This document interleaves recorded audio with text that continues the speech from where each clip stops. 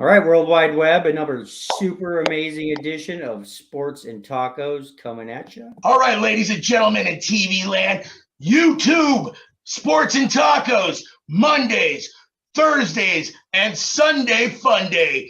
Come join us, YouTube, Sports and Tacos.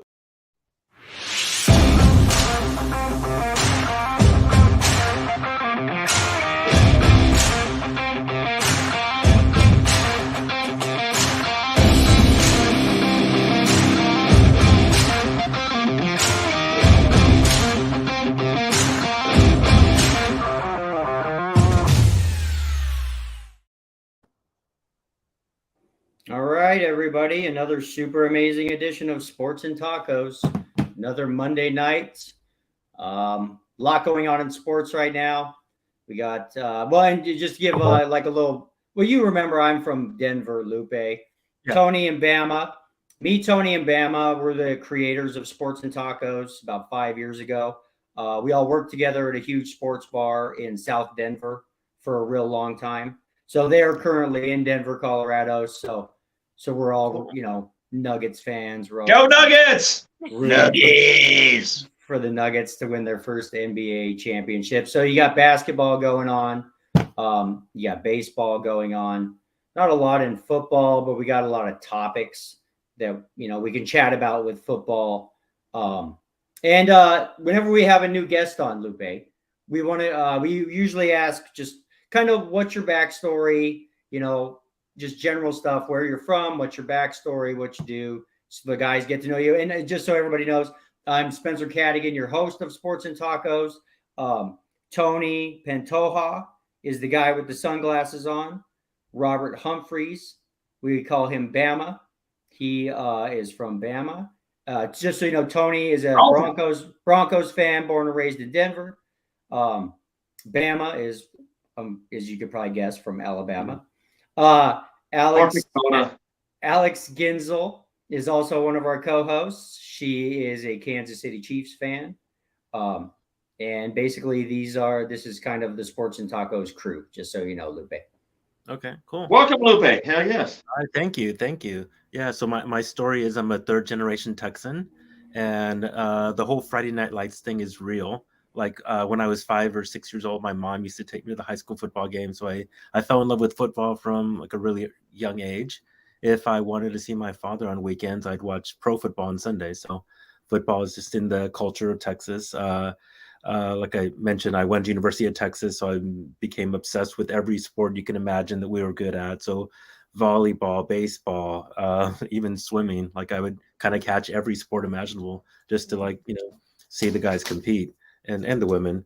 As far as my general background, I studied filmmaking at University of Texas and still make movies. And during the day, I'm a talent agent. So I rep actors for film and television, New York and LA. And, Spencer's kind of like the family part of the filmmakers and actors that we have here in LA. So I'm happy to be here and talk sports. I'm more a college guy, but I know a little bit of yes.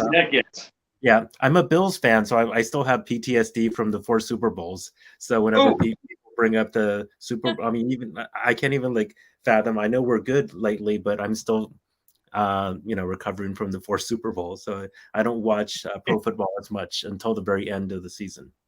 For that Andre Reed was one of my favorite players growing up. I loved Andre Reed, and those Bills. I like me some Bruce Smith. No, I got to ask this real quick though. Being a Bills fan, I heard today that Josh Allen is on the cover of the new Madden, and you heard about the Madden jinx, right?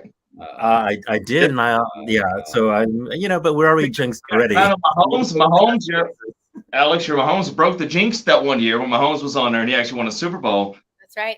That's true, and we also broke ground on a new stadium today. So I guess it's a $1.4 billion stadium. Well, that's good. Maybe that's good karma for Josh Allen on the cover of the Madden right there. Because we don't lose the franchise because we're the second smallest city in the NFL. So there's always someone who's can throw money at a organization and take them away. So that seems like Buffalo broke ground for a new stadium.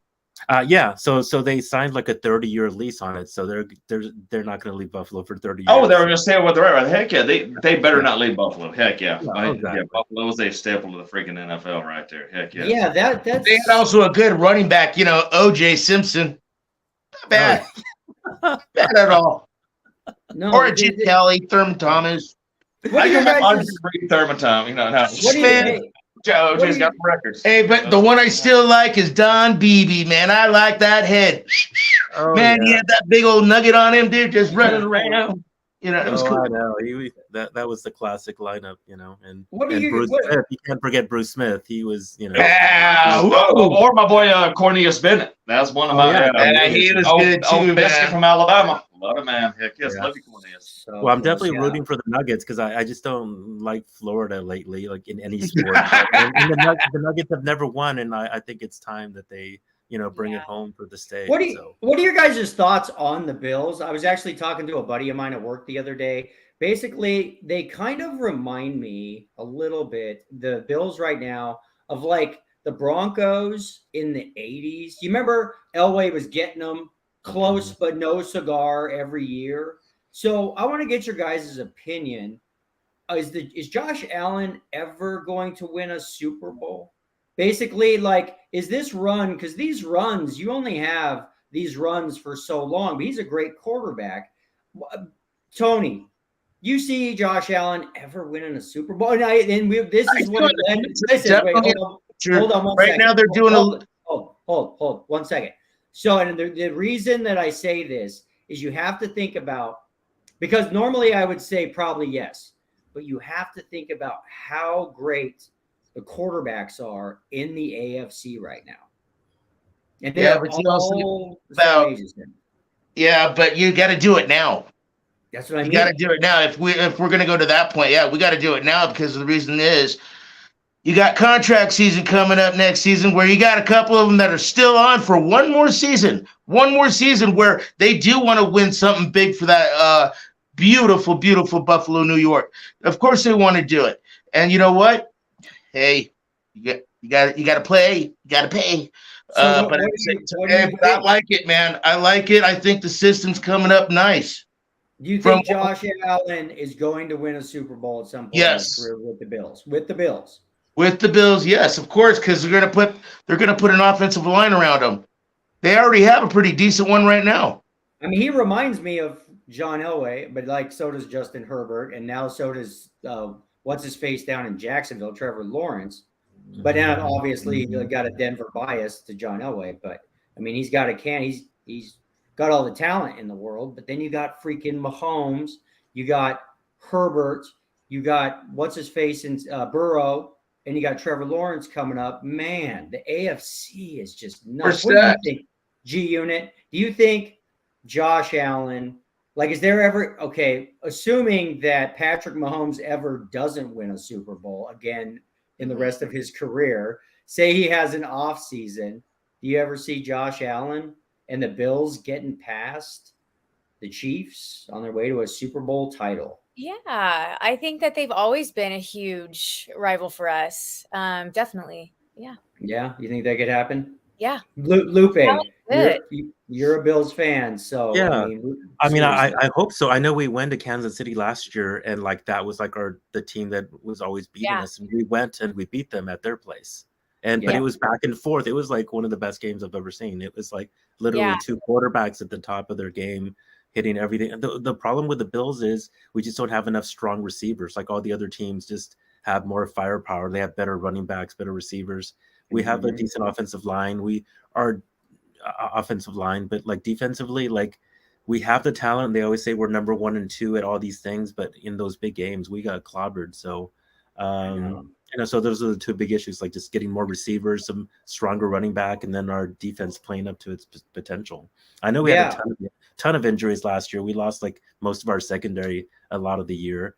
But yeah, it's going to be a toss up because it's going to be Mahomes and all these other guys. Like 1 or 2 plays will determine the game. So we're there. It's a 50-50. Yeah, but you guys got a good team there, my friend. You got a good That's team. what I mean. It's just like Tony was saying, I just look at like Elway's career, but then again, I guess early in his career, he was taking not good teams to the Super Bowl. Then there was a drought for 5-6 years where they weren't good. And then finally ownership knew that he was going to start getting old and coming to the end of his NFL career. And they had to get a team around him, like they got lucky, obviously, but they went out and did what they had to do to get. So I just wonder, if, and I kind of feel bad for the Bills just being a Broncos fan, because I mean, there was a time when the Denver Broncos were 0-4 in Super Bowls. And man, when you get that first Super Bowl win, Super Bowl 32 was nuts. Just an example, like the city, I think the entire state of Colorado in 1997, the population was 4 million people. Like 1 million people showed up to that parade downtown. Jeez. Like 1 out of 4 people in the entire state did not go to work. I had to work. Yeah. Day, So just kind of so But, yeah, and I think Josh Allen has like a lot of fans. I think a lot of people know that story that no one recruited him out of like high school to play college ball. It's And he had to like literally call people and beg like this small college to like let him play. And even then, like his stats were decent, but like, it was all potential when he got drafted. We've talked about it on the show before, where John Elway was going up to Wyoming on weekends watching him. But and I still blame the Cleveland Browns for Josh Allen not being a Denver Bronco, because they made some dumb picks that year in the draft. I mean, John Elway for that, man. That's the reason he's not a Bronco. I know, but it was the Browns. Nobody thought Bradley Chubb was going to be available that year at pick 5. We figured Josh Allen. That was a good pick for him, but still, I'd rather have Josh Allen than Bradley Chubb. Yeah, hindsight's always 20/20. But I will say this though, sorry, I got to go back because I never got to comment on this. You talking about it? Go ahead. Josh Allen is the Reggie Miller of the 80s and 90s. He is going up against Michael Jordan every year, and he will not beat Michael Jordan every year. Sorry, I love you, Josh Allen, but no, I don't see a Super Bowl for the Bills with Josh Allen. Yeah, that's crazy. Because every year, like last season, they were actually starting the season the odds-on favorite to win the Super Bowl last year. But they're gonna run up against the Chiefs. They're gonna go with hopefully my boy Lamar in Baltimore, gets things going. If not, I don't know why I'm not sold on Josh Allen and the Bills, because I know they're a really good team. I love Josh Allen, but he seems to just kind of not get it done when it needs to be done.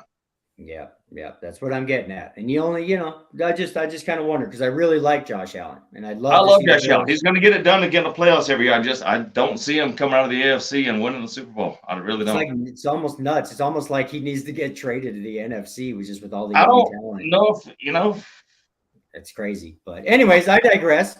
Texas football, Lupe. I'm looking at the schedule.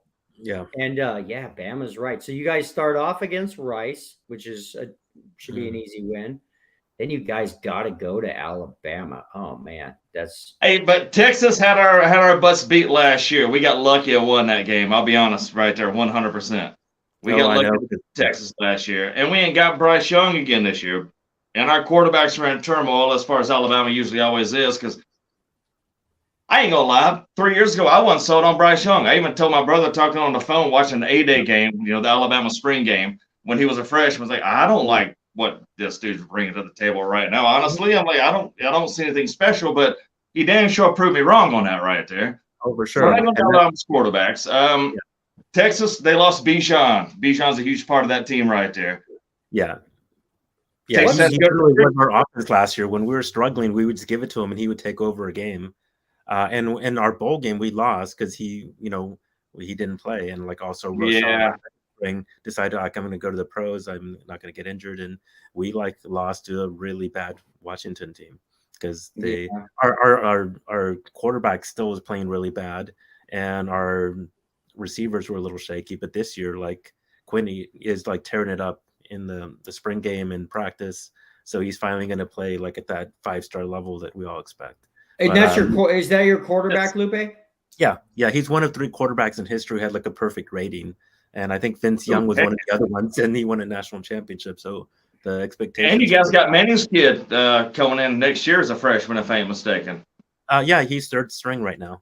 That's right. You're there right now. Heck yeah.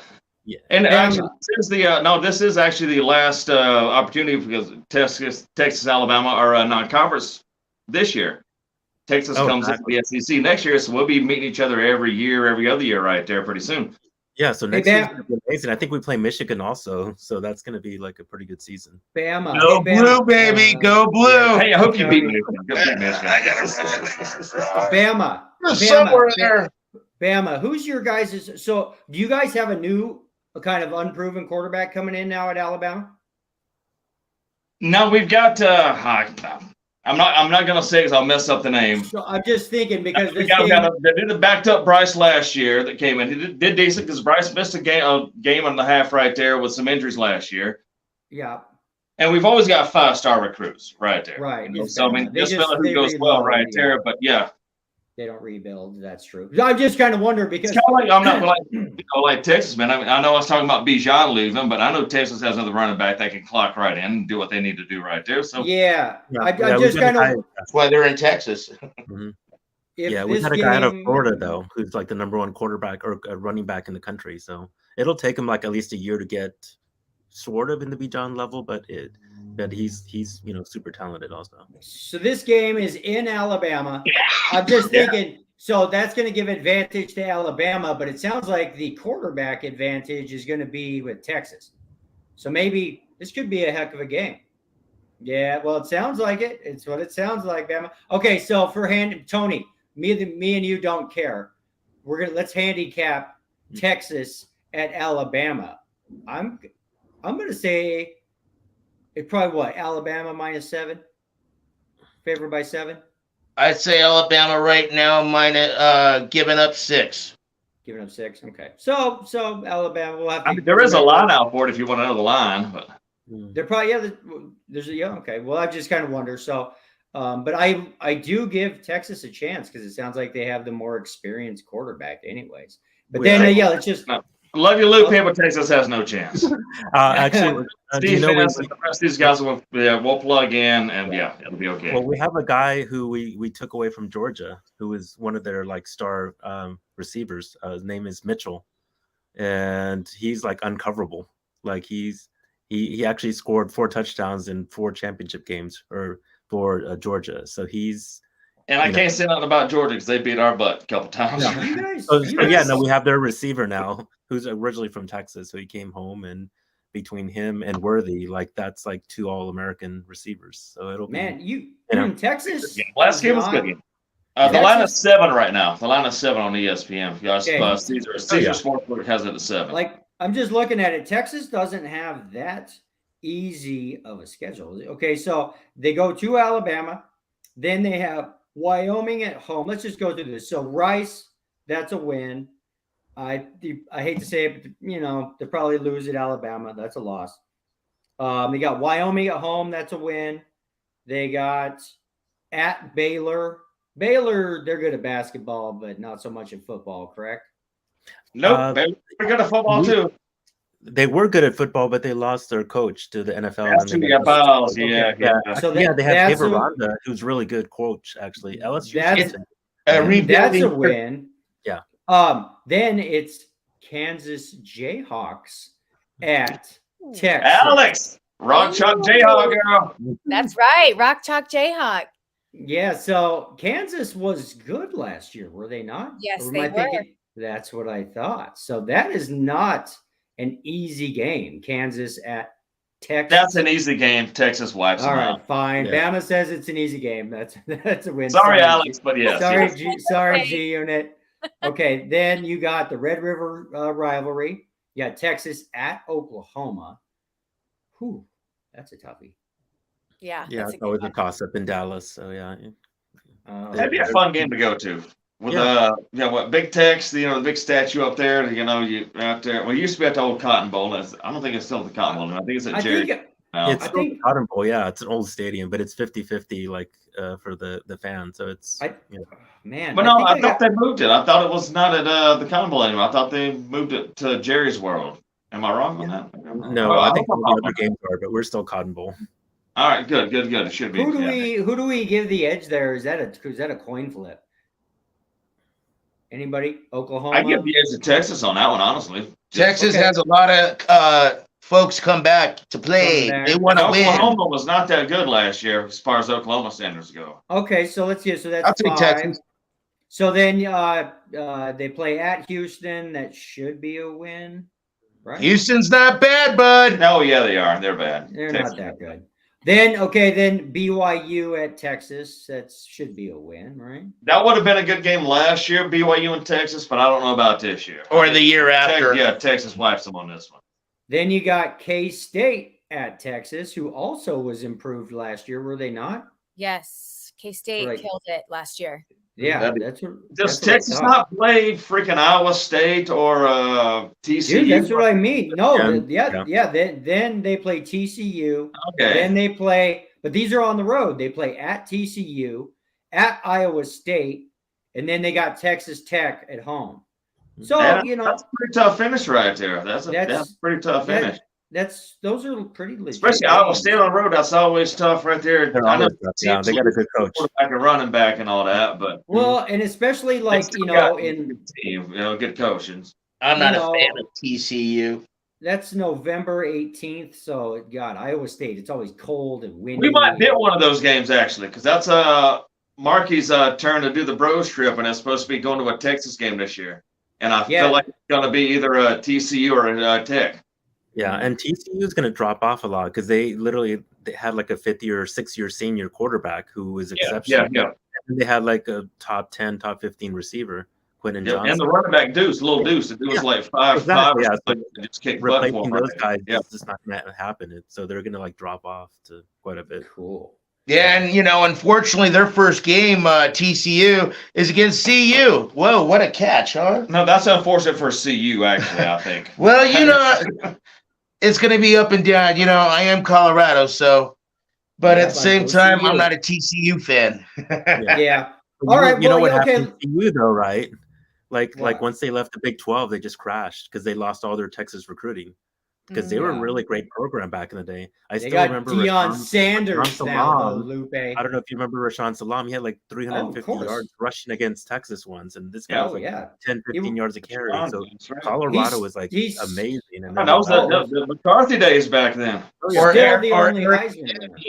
Or Michael Westbrook, September 24th, 1994, Oh, where yeah, baby. Stewart threw it to Westbrook in the touchdown against my team, Michigan Wolverines, where we lost, where we were ranked number 3 in the nation. Literally. One It- of the it greatest hurts. football games ever. Yeah. Yeah, it's the world's smallest Yeah. violin. But playing for do you hear the right there. rumor that maybe they might go back to the Big 12, Colorado? They should. Yeah. Yeah, they should. They're not a Pac-12 team. Or This whole Pac-12 thing, they ain't the Beach Boys, There's the largest mountain range in America divides them from Los Angeles and the whole Pac part of the Pac-12. They're really not Pac. But you guys know that UCLA and freaking USC are trying to go to the Big Ten. So They're coming into the Big Ten. okay, Yeah. all right, guys. Hey, listen. This is gonna lead us into the crazy world that is college football and college sports. G Unit. What is our next topic? Because it's nuts. It is nuts. It is the NIL and the transfer portal in college sports. Yeah. For those of you who don't know what NIL stands for, it's name, image, and likeness rights that athletes now are eligible to earn financial compensation while they're in college. Yeah, there's a lot of activity going on in the transfer portal. It's insane. Now. Yeah. So, okay, I'm just going to start us off with my opinion of NIL and transfer portal. Okay. First, I want to start with this scenario. Let's say you are a 5-star blue chip recruit quarterback, right? And you get drafted by Alabama. Okay. You think, okay, you're going to have to sit for, your freshman year, right? Okay. You go, this is hypothetical. Okay. So you sit your freshman year, you think that you're the best guy on the freaking team. And okay, I'm not going to get a shot till at least my junior, probably my senior season. So you go to the transfer portal and you go to freaking, who knows where state, where you can start immediately because your mom and your dad and your agent are telling you, hey, you have talent to be drafted in 2 years. You need to be out playing, blah, blah, blah. You make that switch. Okay, so you go to who knows where state. And then there's a quarterback at who knows where state who's a walk-on, who literally just worked his way through the ranks, Tom Brady style. It's his senior season. He finally gets to start. And all of a sudden, out of freaking nowhere, because of the new rules, you get this freshman phenom comes in and just snakes your job. So that's scenario number one, okay? That is just, it's weird. I get it. And number two for me is, honestly, what I think should happen with this is the NFL needs to just create a AAA football league for juniors and seniors, where basically, if you are good enough, HU unit, would you do something for me? Do you have your Google up? Can you get your Google up? I want to know how many underclassmen were drafted in the 2023 NFL draft. And this is where I'm going with this, is if you're a junior or a senior and you think, or you're probably going to be drafted, just go to a AAA NFL league and get paid your $1 million and get rid of the NIL and the portal and all that crap. Just get out of being an amateur athlete right now. My quarterback went through the portal. I digress. Because JJ's now, and we got him through a transfer from Missouri. It's just turning college football into okay, it's already chaos with all the freaking divisions. Now you got NIL and the portal. It's like God knows where thing is going or heading. Either that, or they just create a 20-team super conference where all the kids that are the best, that are going to get drafted as juniors or whatever, are going to end up, you would think, go to those teams and then let everybody else play normal. It's just, it's a madness. And you're missing one little thing also, Spencer, which is tampering has been the big thing the past year. Yes. And I mean, I don't want to name schools, but USC's been accused by the Pittsburgh coach when they lost Jordan Addison, the receiver. Mm-hmm. Even before he left, he said USC's talking to him. He's going to be leaving. And then a week later he announces. And then this couple of months ago, Bear Alexander, defensive lineman for Georgia, amazing player. He went to USC as well. So there's some boosters with a lot of money that'll contact the kids directly and offer them money. And now, the NCAA has to figure out, is that going to be a line they draw with boosters contacting someone on the team already? Yeah. Where does the NIL money come from? It's not from the college, right? It's from it's from the open markets, right? Gives you the money for it right there. Whether it's the business, is that NIL deals are not college based right there. It's all about sponsorship. It's like Texas boy, like Bijan's Dijon. He had his own mustard in Texas, and he sold that stuff right there. Yeah. Bryce Young in Alabama was on the Dr. Pepper commercials. That's it. The universities don't pay the money. It's the people that want to sponsor these guys who pay the money. So, okay, then to me, it's kind of like being an actor. The reason actors move to Los Angeles is to hopefully get agents and deals and NIL money, essentially. So, why? And if it's legal, I mean, USC is just going to have their pick of everything soon. But no, they're not, though, because Lincoln Riley. Nobody wants to go. Not everybody wants to go to USC and play football. They want to go to Texas. To Alabama. They go to Alabama. Especially not defense for USC. Their defense is pretty bad. So, I mean, if you have a choice, you're going to play with someone who can develop you like Saban or someone else. Yeah, hell yeah. Our freaking Sarkisian at freaking Texas. I mean, our Harbaugh at Michigan right there. It's not all about where you're playing at and what, because everybody can give you money now. It ain't just the West Coast that can give you money. Sure, you got better weather, but better weather don't help you out in the NFL. We're just the mini NFL now. Mm-hmm. I was going to say Saban is like a genius. Remember last year when he was attacking Fisher at A&M?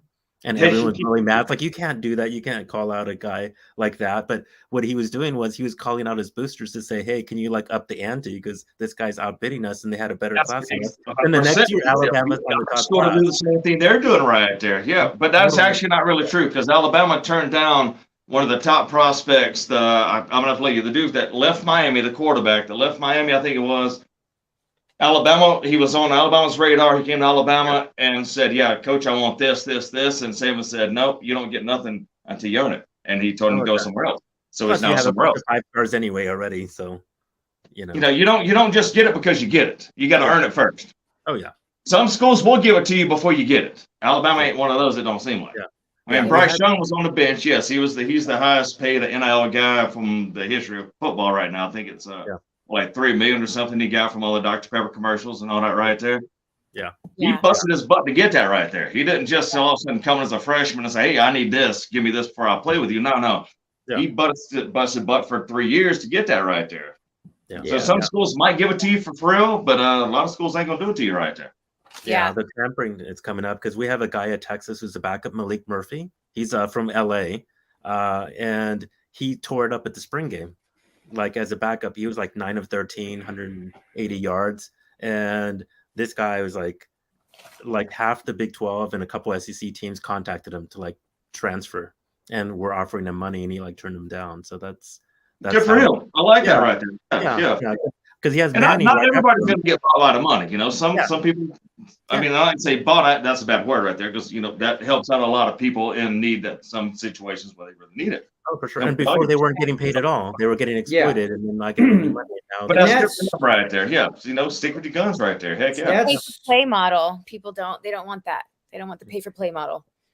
No, well, you gotta earn money first. If you want to get the money for, I mean, like name likeness means that you were good enough to put your name out in the program or put your name out here in this commercial or something like that. You actually withstood yourself to make yourself in a name to where you can bring that money in. But like you said, a lot of people are just throwing it out to folks that ain't done nothing yet. Just, hey, come here and we hope you do good. See that, and that's where I say I think if you are that player, you need to be in NFL AAA. But you can't do that in NFL. I know the D League's done it. You can have a small team because okay, how many did the Google machine 69. 69, bro. Yeah. 69 underclassmen were drafted in 2023. You could field a AAA NFL team. You just could. But who are they going to play though? Just one team. You can't just like.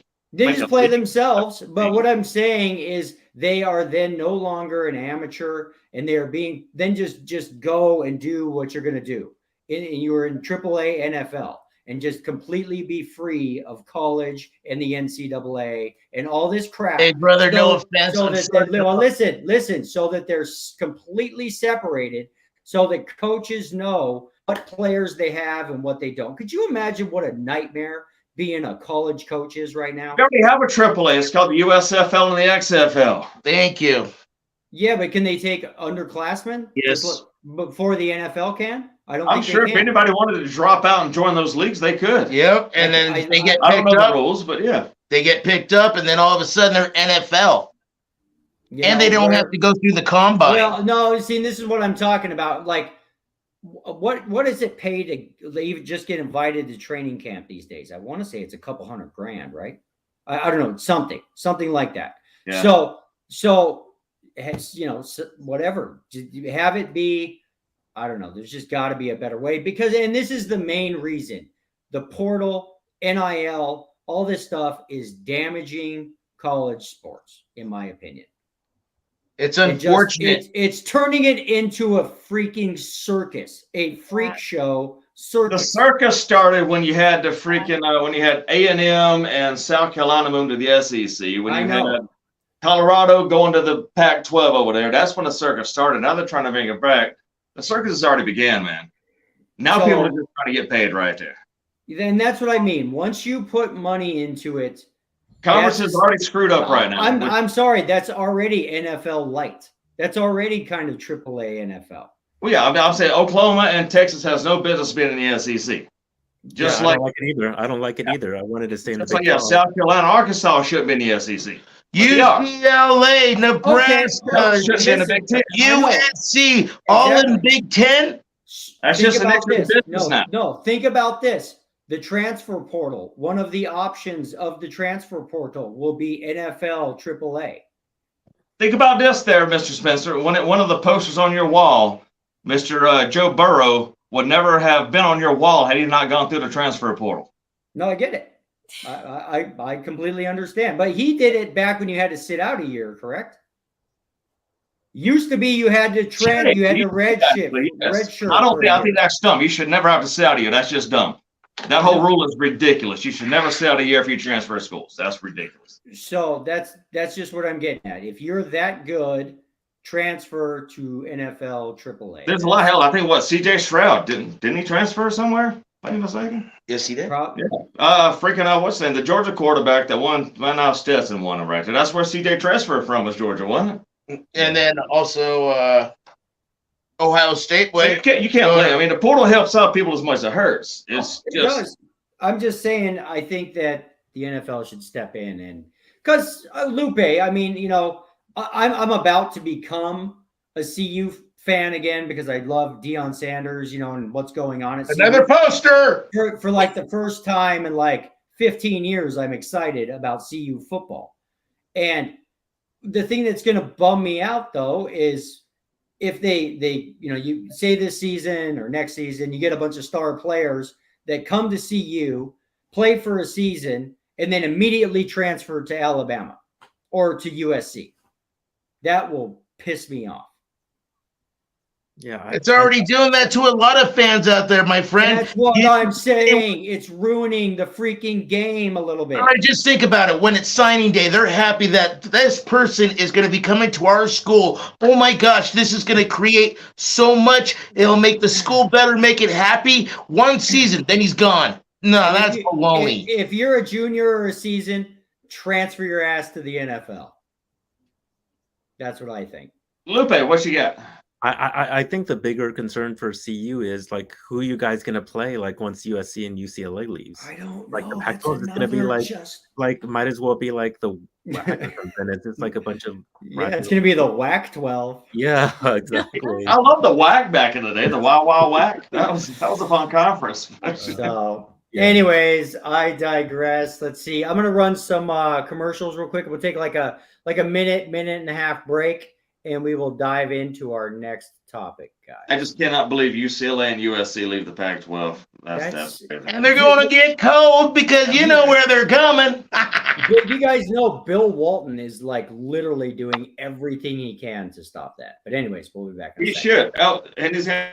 Why Sports and Tacos? Because we're number one. We try to do things a little different from everybody else, and that's who we are because we party like the big dogs. Okay, sweet.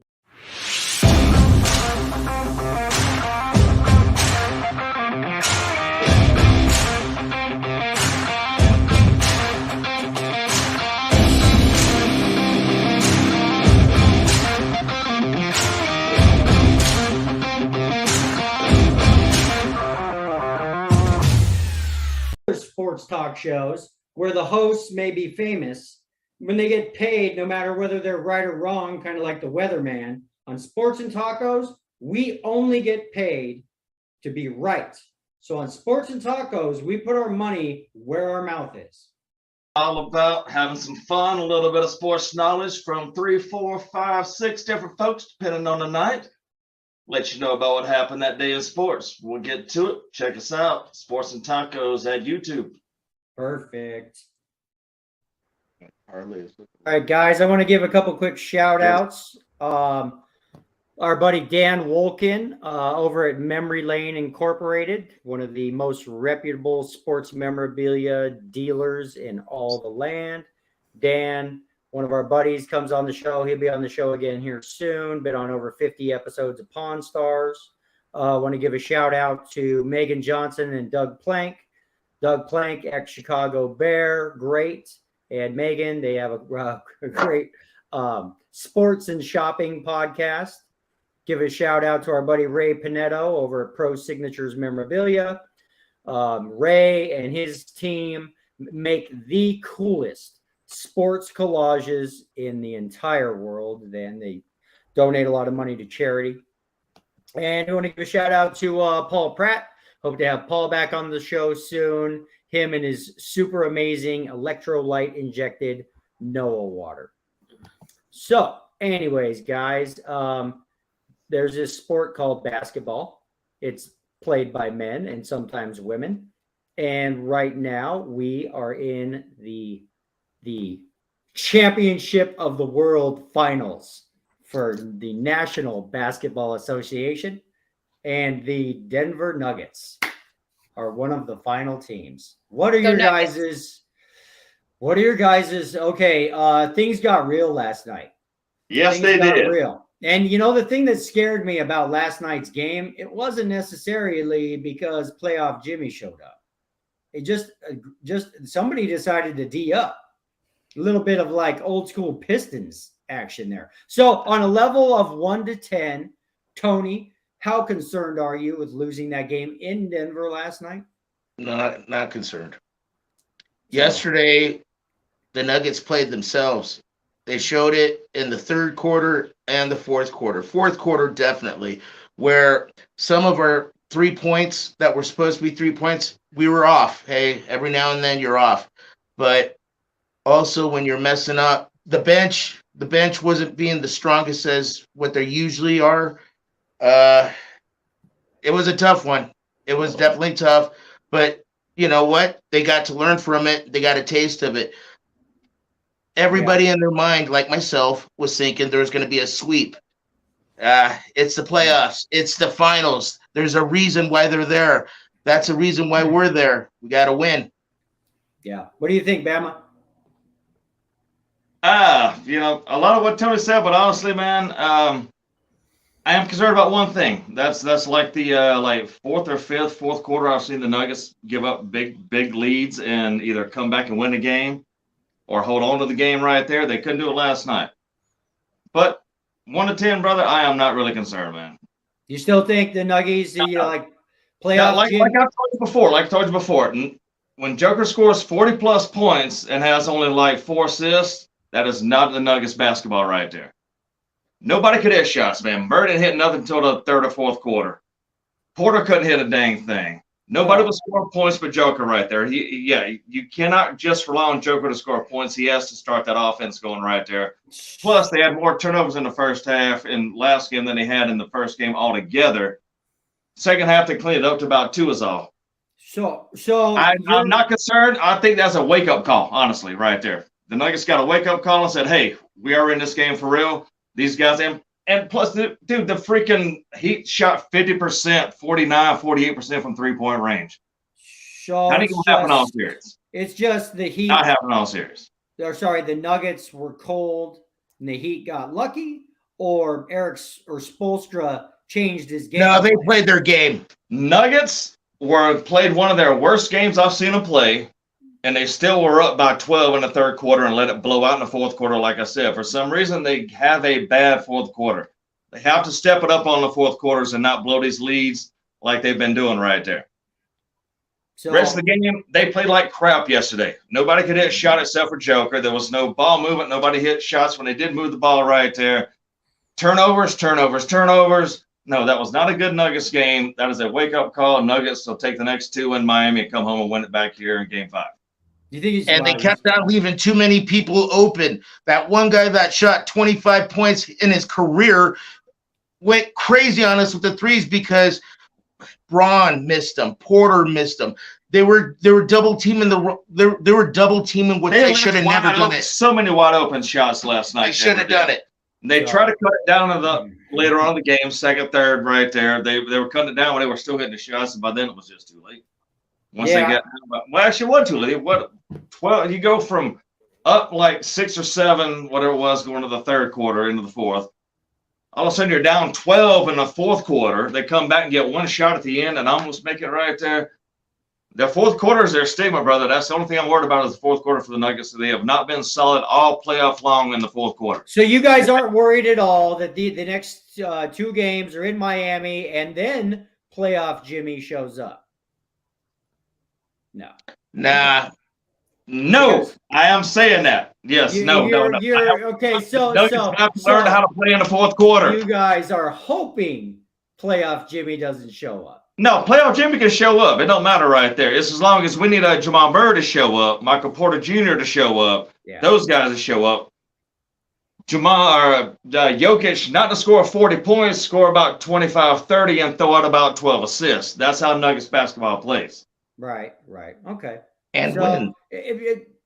Lupe, They got it. Dude, that was a fluke right there. I'm sorry, but that was And I don't see. That's what I'm worried about. I'm worried No, that no. it wasn't a fluke. That it Again, was I am worried about Spoelstra. Denver better learn how to play in the fourth quarter. I'm just worried about That's worrying me a Spoelstra little and bit. playoff Jimmy because if it goes, I know this. We have to win once in the next 2 games. Then I think we're good. Mm-hmm. But They're gonna win twice in the next 2 games. I know in a perfect. This is just world. like the Phoenix series. They got woken up again when they got punched in the mouth, and they came back out and played strong. They're gonna. I hope so. Right I hope you're right. So I don't know, G Unit or Lupe, you guys got anything to say about Nuggets Heat? Go Nuggets. I think they still got it. They got this. I haven't been watching, but if it gets like a game 6 or 7 and there's a game watch, I'll definitely go out and check it out and support the Nuggets. Right. Well, yeah, I like it. Yeah. I like it. I do All not right, want to awesome. go to game 7. I'm worried if it goes to a game 7. Yeah. All right, so we are going to dive into a little bit of baseball stuff. We're not going to really dive into baseball stats, like current baseball stats. We'll get into a little bit of baseball trivia, but before baseball trivia, I just want to expand once again G Unit's sports knowledge, and I'm not sure. Again, this is where we're going to go on to an old topic here. But G Unit, are you aware of a man named Pete Rose? No. Okay, so Pete Rose is a very controversial baseball player. He's one of the greatest baseball players of all time. He is still the all-time hit leader in the history of Major League Baseball. He was Charlie Hustle, won a bunch of World Series. The man is not in the Hall of Fame, though. Do you want to know why he's not in the Hall of Fame, G Unit? He must have done something. Yes, he did. Yep. He allegedly, was there a movie? Wasn't there a show made about this or something? But okay, so anyways, one of the last seasons of Pete Rose's career, he had, I can't remember how he got to that position, but he was a manager coach, which that can only happen in baseball. He's the last one I've ever seen right there, being a manager coach. You guys remember that 1987 Topps card where he said manager coach on the card? I wouldn't mind having that. Yeah. Okay, so he is the manager of. No. You say not manager player. You say manager coach. He was a manager. And sorry. Yeah, he was a player. Right there. Manager player and the coach. Of well, the yeah, Cincinnati that's the same Reds. thing right there. Manager. He's also a player. Player and the coach. He was a player on the field and the coach of the team, and they found out that he was gambling on baseball. Oh, okay. We've talked about this last season. We may have, but Yeah. basically, so Pete Rose is not in the Hall of Fame because of this, because they think that he was betting, and he claims that he never bet on the Cincinnati Reds to lose. He only bet on them to win, but he is the coach of the team, putting himself in the game and gambling on the games. Do you understand, like, how contradictory, that's so illegal. That's so not fair. Yes, and it was, so the controversy is this: when you are inducted into the Hall of Fame, it is based on your play on the field, how great of a player you are. And by those measures, he would have been first ballot, no problem. He's literally one of the greatest baseball players in the history of the world. But they will never allow him into the Hall of Fame because of these accusations. Do you think that the gambling stuff should have kept him out of the Major League Baseball Player Hall of Fame? Yeah. Definitely. The Hall of Fame is for people who do good as well. They're a good player, yeah. He should not have been in the Hall of Fame. That is not okay what he did. Again, he's not in what he did, because you have the whole steroids controversy, which actually enhanced the player's performance on the field. The gambling really, essentially, we don't think, unless he's out there striking out on purpose, affect his performance on the field. Tony, should Pete Rose be in the Hall of Fame? Yes. Why? He played two different positions. He's won World Series with those two different positions. He's got the most hits. He's got records that it's going to take a while for somebody to break, including at the time that he played, even when he was a player manager. Maybe never. His hit total may never be broken. And it's one of those. Yeah, he was gambling. Everybody gambles, look what's happening right now in football or baseball. But when people are gambling, they get in trouble. They get suspended. You know what? He got suspended out of going to the Hall of Fame. Yeah. And that's a darn shame. See, these guys, they paid a little fine and they got slapped on the hands, where I guess he was the one that made it all happen, where, unfortunately he got the bad end of the stick, because now he's not wearing that jacket. He's not wearing that ring. He deserved every little thing that he got going to there. Yeah. Mm-hmm. Bama. Should Pete Rose be in the Hall of Fame? I think yes. But I've kind of been swaying lately, especially since gambling's been so much more legalized in every place. Like every baseball stadium's got their Bet MGM or Bet Fred or Bet whoever. This is sponsored by this. You watch the games, they've got the freaking lines at the bottom of the line. Oh, it's the fourth inning line. Oh, these guys are plus or minus right here. From that aspect, yes, I feel like you should in a sense. But I was thinking about this though. If Tom Brady got caught betting on football and got banned and said no, would you think he should be involved in right there? The reason why I say this is because honestly, his play on the field, yes, he should be in 100%. But just kind of thinking about it, at the time, it wasn't the right thing to fucking do, man. Sorry. Wasn't the right thing to do. You know what you're doing right there. Whether you're betting your team or not, doesn't matter, because you can sway it one way or the other right there. Lupe, what do you think? Sorry, Bam, are you done?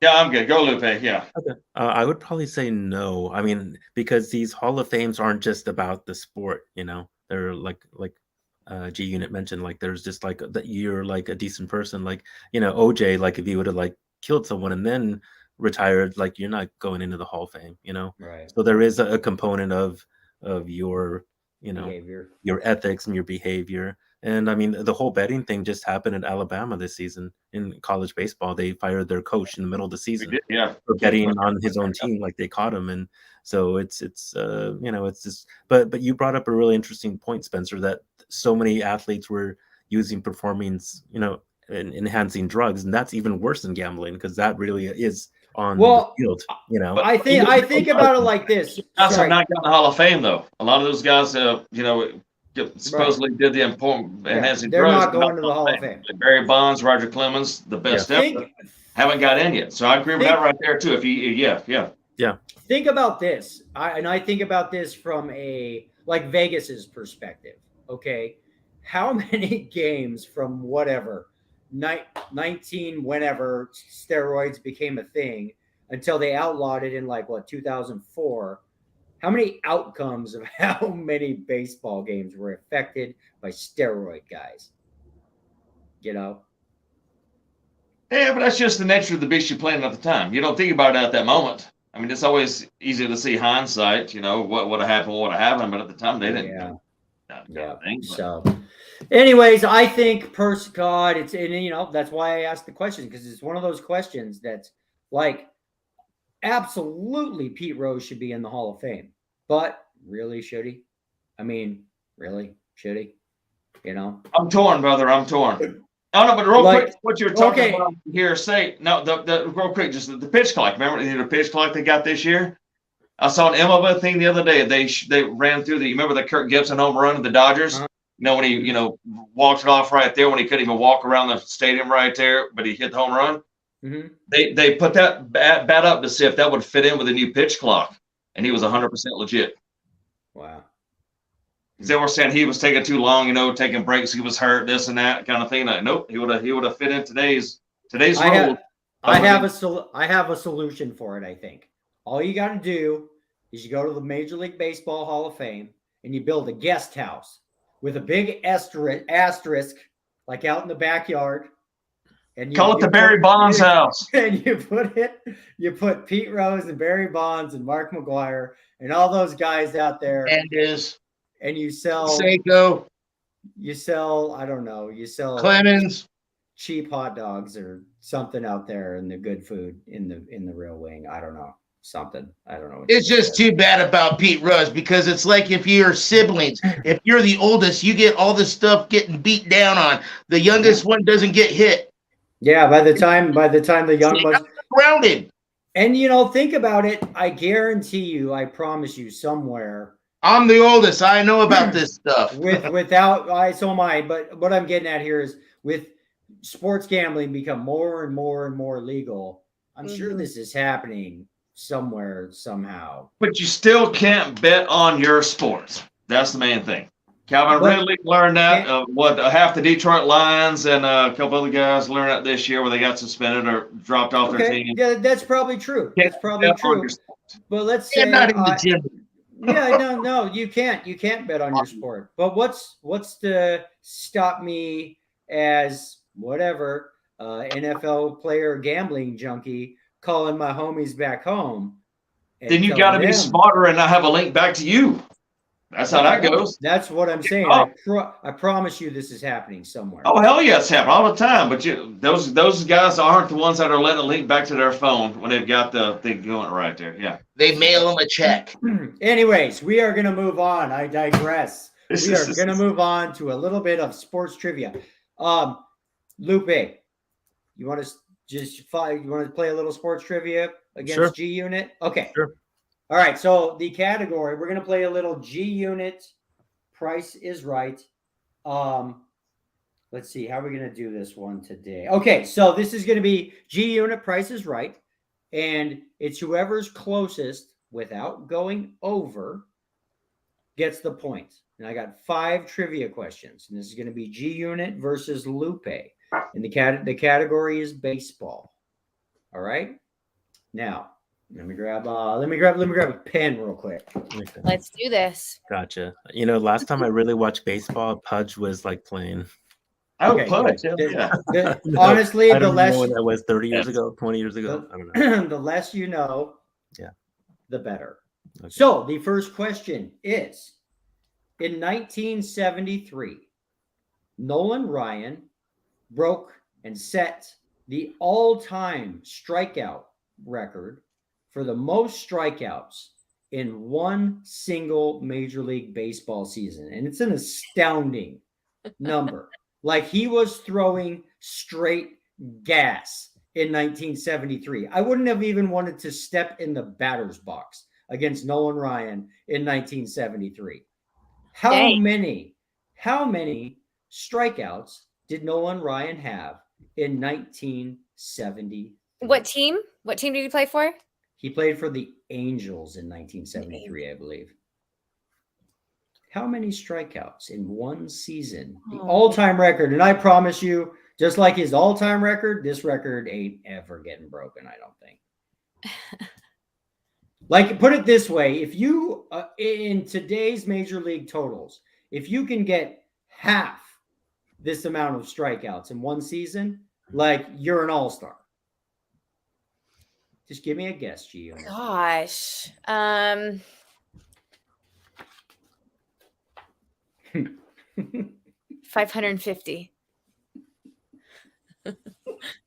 550. Now that's what would happen if Nolan Ryan did steroids. Yeah, I was going to say 250. Yeah. All right. So Lupe's answer is 250. All right. Ding, ding, ding, ding, ding. Lupe, you are the winner of round 1. So the actual answer is 383 strikeouts. Oh, Wow. And- Okay, I was close. oh yes, You're yeah. only off by like 200, no big deal. So anyways, G Unit, just so you know, like in Major League Baseball, if you strike out 200 batters in a season, you're typically a pretty dang good pitcher. A badass. And so Nolan Ryan struck out 383 people in one season. Wow. So just Wow. to give you, That's like, a heck of that's a heck of a 2 years or 3 years for a lot of folks right there That's nowadays. insane, dude. Yeah. And the thing that's really crazy is he probably pitched like 350 innings. We did, Like every game was like a complete game. So yeah, then he that's told the coach, "You don't take me out. I come out when I want to." exactly. Yeah. Okay. So And he was a Ruby- pretty good fighter. So Lupe got the point. Lupe is up 1-0. So round 2. Okay. In 1982, Ricky Henderson set the all-time record for most stolen bases in one Major League Baseball season. Okay. And it was a pretty again, this is a number I don't think will ever be broken. Maybe, but Ricky Henderson was just a beast of a baseball player. He could hit home runs. He was as fast as an NFL running back. Like the guy was just sick. How many bases did Ricky Henderson steal in 1982? G Unit or 86. Lupe? 86. Okay, we got 86. I'm gonna say 125. Oh, is that really your number? Yeah, that's really my number. Dude, G Unit gets the point. She's close. Ricky Henderson stole 130 bases Yeah. in Nice. 1982. Nice. That's a great guess. Okay, it's 1-1. That was a So- lucky guess. Yeah, so It was a yeah, good guess. Good again, guess. Ricky Henderson, like I said, just burn that name into your memory for like old baseball stuff. One of the greatest leadoff hitters, power hitters, hit for average. See, when you steal 130 bases, you just cause chaos for the other team's pitcher. Like you just do, because You don't like as soon as you get on base, he's distracted. He's not. You're a third. He's a concentrating. third base before you're. Yeah. before the- Yeah. Gee. Like he'll steal home. You don't give a crap. yeah. Oh, yeah. He's Ricky Henderson. Okay, question number 3. Who is the most ejected baseball manager? Or sorry, okay, Bobby Cox was the most ejected Thank you. baseball Give- manager of Give all my Braves time. props. Of all time. Here you go. How many baseball games did Bobby Cox get ejected from for whatever reasons? How many games did he get thrown out of in his entire career? 46. 46. Okay. 65. Oh, 162 times Oh, Bobby wow. Cox got Bobby. ejected. Wow, he was good. And Yeah. just so everybody knows, in Major League Baseball, you play 162 games. So literally, he spent an entire season of his career getting kicked out Gee. of Major League Baseball games. That point goes to Stumps Gio. don't like him. He told them fools what was up. 162 times he got What was Go he kicked out. doing? Braves. What was he doing to get ejected? Just arguing like with umpires over anything, balls, strikes, bad calls. Sometimes baseball managers will get ejected from a game just to like get their team fired up. Yeah. They'll just go Yeah. out and start screaming at the umpire and get ejected when the team is like, kind of lollygagging. Watch Bull Durham sometime. if you've never Lollygaggers. Bunch of If lollygaggers. seen- If you've never seen Bull Durham, Alex, it's one of the greatest movies ever. Okay. Okay, anyways, so we were just talking about it. Pete Rose is the all-time hit leader in Major League Baseball history. Yes. How many hits did Pete Rose have in his career? 12,100. Ooh. Okay, 8,500. 8,500. Okay, we're not going to be able to do prices right, but Pete Rose, I'm going to give the point to G Unit. Pete Rose had 4,256 hits in his career. Damn. And just so you know, G Unit, for baseball standards, just like with strikeouts, if you have 200 hits in a year, you're basically and you're an all-star pretty much in baseball. Just like 200 strikeouts for a pitcher, 200 hits in a season is you're probably going to make the all-star team. Okay. He had 4,256 hits. So that's like having 200 hits a year for 25 years. Jeez. Like if an average player That's insane. can have 200 hits for 10 seasons, like you're a Hall of Famer. So he averaged 200 hits. That is insane. 25 years. That's how good Pete Rose is, and not in the Hall of Fame. And not in the Hall of Fame. Not in the Hall of Fame. Okay. Dang. All right. Last question. Craig Biggio owns the all-time record in the modern era of being hit by pitches, meaning pitchers hit him with the baseball when he's standing up there swinging trying to swing the bat. Well, yeah, sometimes, sometimes that's what they call. That's what he called him a bad name. That's what they call taking one for the team. But Craig Biggio has the all-time record for being hit by pitches. How many times was Craig Biggio beanballed by a major league pitcher? Oh man. 175. That's not a bad guess. 240. 240. Boom. Lupe. Darn it. You finished strong. But you got beat by 1 point by Alex G. Unit Ginzel. Yay! The actual answer is Craig Biggio got hit by pitches 285 times in his career. Damn. Good call. Hell yeah. Wow. Like that's a lot of sore shoulders and butts and That's why everybody wears all the like garbs nowadays. When you got like the shoulder guards and all the pads.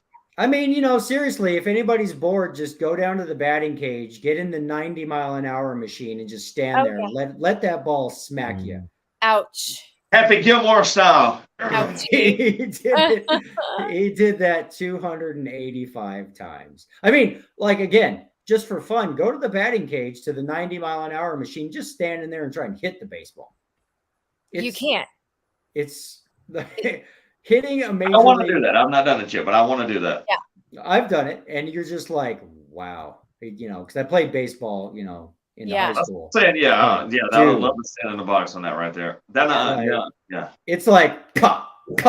Yeah. It's nuts. So, that swing. There you go. Yeah. It's crazy. So, anyways, that is all for this evening, folks. Hey, before we go, I got something for Kansas City out there. Uh-oh. What? Yeah, G-Unit. Your boys were up in Washington meeting the president. I'm sure you heard about this, huh? Sure did. Yes, they're at the White House. Oh, my gosh. Before they were getting ready to let your tight end speak, they cut him off and they said, you go sit down.